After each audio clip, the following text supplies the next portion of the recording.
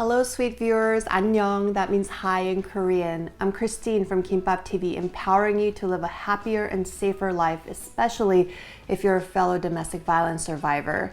So, if you've been having trouble falling asleep and staying asleep, there's probably a good reason why, and also some solutions that may be able to help you. In the days, weeks, and months after I left my abusive relationship, I had constant nightmares and was actually afraid to go to sleep. I still have a hard time dealing with nighttime and have tried a variety of things to calm myself down. So today, I want to be able to share with you 5 things that have worked for me. And I'm going to walk you through my current step-by-step evening routine that helps me to get some quality rest. Let's get started.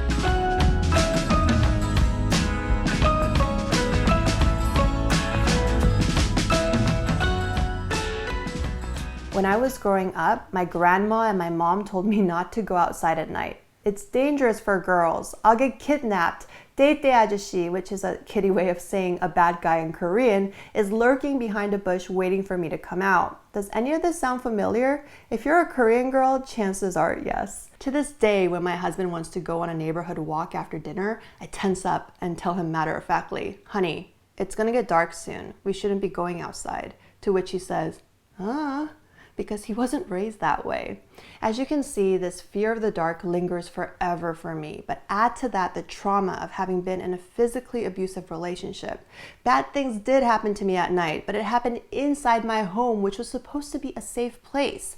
So when I'm alone at home and it's dark outside, I freak out. I can't stand the silence and always have to have music or some other sound on. That's my first tip. If you have trouble falling asleep at night, play something that is soothing to you. My therapist suggested I get a white noise machine. It works sometimes for me, but other times the sound kind of bothers me. I prefer to listen to either mellow music or a motivational audiobook. I'll list some of my favorite ones in my Patreon blog, but just think about how nice it is to listen to a soft voice, kind of like they're reading you a bedtime story. My second tip is to try a natural sleep supplement before asking the doctor to prescribe you something stronger.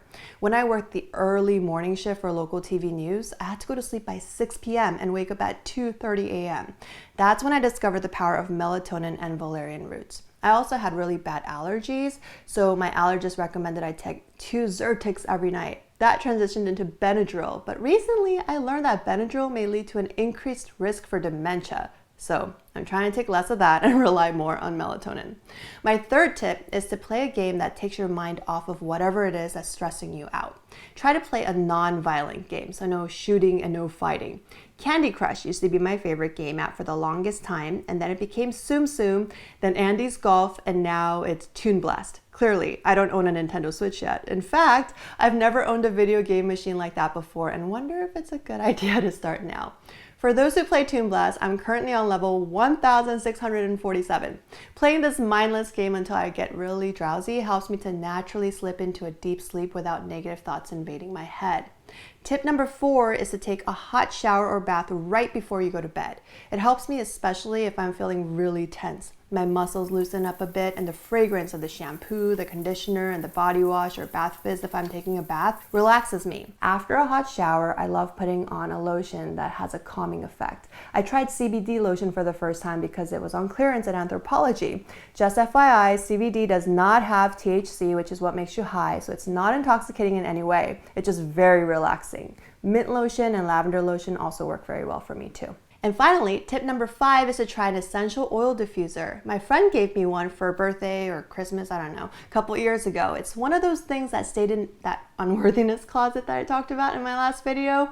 After months of just sitting there though, my husband's like, let's give it a try. So we did, and oh my gosh, I love it so much. My friend also sent with it 6 essential oil bottles, each with a different scent: orange, tea tree, lavender, eucalyptus, peppermint, and lemongrass.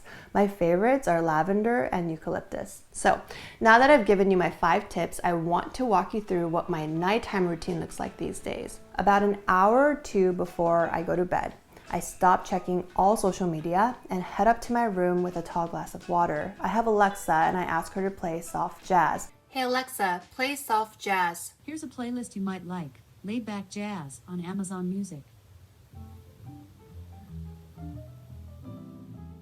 Sometimes I ask her to play songs from my current favorite singer, whose name is Torrin Wells. He's got a very pleasant voice and I love listening to his lyrics. I take my melatonin with a few big gulps of water, put on my essential oil diffuser, then head to the shower with the music still playing in the distance.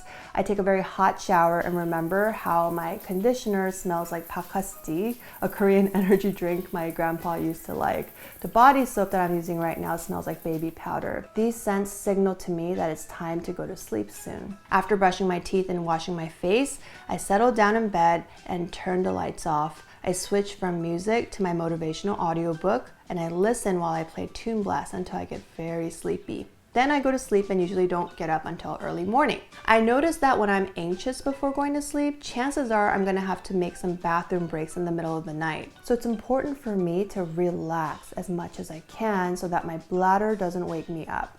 This routine also helps me to avoid unwanted thoughts from seeping into my unconscious mind. Because my head is constantly being filled with either soothing music or motivational words for the hour or two before I fall asleep, it lessens my chances of having negative thoughts creeping in and causing nightmares. So I hope this helps. Let me know by commenting below what helps you to fall asleep. If you enjoyed this video, please give it a thumbs up and share it with someone you think it could help. And don't forget to subscribe if you haven't done so already.